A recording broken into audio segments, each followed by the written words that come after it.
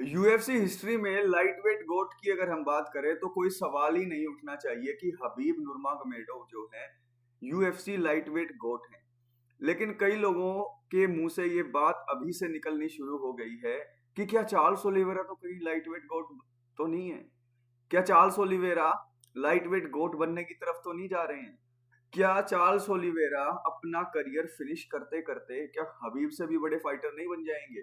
तो आज की इस वीडियो में मैं आपको बताऊंगा 5 things Charles Oliveira has to do to become a greater fighter than Khabib. यानी कि हबीब से बड़ा फाइटर बनने के लिए चार्ल्स ओलिवेरा को कौन सी 5 चीजें करनी पड़ेगी। अगर इस टाइम पर देखो तो हबीब को कोई छू भी नहीं सकता। यानी कि जो उनकी अचीवमेंट है, जो उनका डोमिनेंस है, जो उनका ओरा है और जो उन्होंने किया है यूएफसी में, उसको देखकर यूएफसी के अंदर ग्रेटेस्ट फाइटर हम कह सकते हैं हबीब को। लेकिन चार्ल्स ओलिवेरा भी कहीं पीछे नहीं है। जिस तरीके से उसने अपने करियर को उठाया है, जिस तरीके से जर्नीमैन से लेकर अब वो लेजेंडिमेट चैंपियन बन चुके हैं, तो ये एक तरीके का जबरदस्त पाथ रहा है उनके लिए जिस पर वो चलकर यूएफसी लाइटवेट गोट भी बन सकते हैं। तो वो कौन सी 5 चीजें होंगी अगर चार्ल्स ओलिवेरा उनको कर लेते हैं, अचीव कर लेते हैं, तो उनको हबीब से बड़ा या फिर कहें ग्रेटेस्ट फाइटर माना जा सकता है। तो सबसे पहली चीज जो उन्हें करनी पड़ेगी वो करनी पड़ेगी कि चार्ल्स ओलिवेरा को सबसे पहले इस्लाम मखाचेव को हराना पड़ेगा। अगर चार्ल्स ओलिवेरा इस्लाम मखाचेव को हरा देते हैं तो ये उनके करियर के लिए बहुत बड़ा बूस्ट रहेगा। और एक तरीके से ये हो जाएगा कि जिस फाइटर को लेकर हबीब इतने कॉन्फिडेंट थे या जिसको हबीब का भी प्रोटोजे माना जा रहा है, हबीब से भी बेटर माना जा रहा है, वही लोग बोल रहे हैं उनका कैंप कि हबीब से बेटर है इस्लाम। तो अगर चार्ल्स ओलिवेरा इस्लाम को हरा देता है तो ये पहला कदम होगा हबीब से बेटर फाइटर बनने का। उसके बाद एक चीज, दूसरी चीज क्या करनी पड़ेगी? दूसरी चीज करनी पड़ेगी कि हबीब का जितना भी टाइटल डिफेंसेस हैं एज ए चैंपियन, उस रिकॉर्ड को तोड़ना पड़ेगा। क्योंकि जो एक ट्रू चैंपियन है उसके अगर टाइटल डिफेंसेस सबसे ज्यादा होंगे तो उसी को ही गोट कंसीडर किया जाएगा। ठीक है, उसी को ही गोट कंसीडर किया जाएगा। अब हबीब ने 3 टाइटल डिफेंस किए हैं और बीजे पेन ने भी 3 किए हैं। तो चार्ल्स ओलिवेरा को कम से कम 4 या 5 या अगर वो 6 टाइटल डिफेंस कर लेता है तो लाइट वेट गोट तो कहलाएगा ही। तो यहां पर पहली चीज इस्लाम मखाचेव को हराना पड़ेगा। दूसरी चीज टाइटल डिफेंस ज्यादा करने पड़ेंगे हबीब से।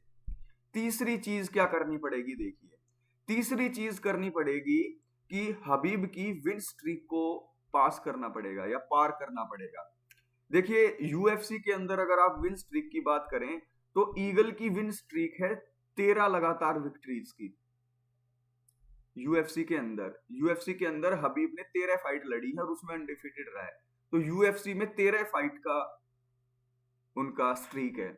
लेकिन चार्ल्स ओलिवेरा की अभी कितनी फाइट विन स्ट्रीक है? 11 फाइट विन स्ट्रीक है। तो हबीब की विन स्ट्रीक से भी बड़ी विन स्ट्रीक उनको बनानी पड़ेगी यूएफसी हिस्ट्री में। वैसे तो यूएफसी हिस्ट्री में विन स्ट्रीक बन जाएगी, सबसे ज्यादा टोनी फर्गसन की है लाइट वेट में 12-5 विन स्ट्रीक, है ना। तो तोड़ना पड़ेगा इसको। तो 3 चीजें, पहला इस्लाम मखाचेव को हराओ, दूसरा हबीब से ज्यादा टाइटल डिफेंस करो, तीसरा हबीब से बड़ी या लंबी क्या रखें, अपनी जो है अनडिफीटेड स्ट्रीक रखें। चौथा पॉइंट क्या करना पड़ेगा? क्लीन आउट द डिवीजन, अपना पूरा डिवीजन क्लीन आउट करना पड़ेगा। अगर ऐसा कर देता है चार्ल्स ओलिवेरा तो बिल्कुल एक कदम दूर ही रह जाएगा हिस्ट्री में सबसे बेस्ट लाइटवेट बनने में। जस्टिन गेची को हरा दिया, डस्टिन पोरिये को हरा दिया, माइकल चैंडलर को हरा दिया, टोनी फर्गसन को हरा दिया, अब इस्लाम को भी हरा देगा अगर। और उसके बाद जितने भी ये टॉप फाइटर बचे हुए हैं 3-4, अगर उनको भी ये हरा देता है, क्लीन आउट कर देता है डिवीजन को, तो फिर कोई भी शक शंका किसी के माइंड में रहनी नहीं चाहिए कि हबीब का टाइम था तब वो बेस्ट थे, लेकिन ओवरऑल देखें तो Charles Oliveira is the greatest lightweight.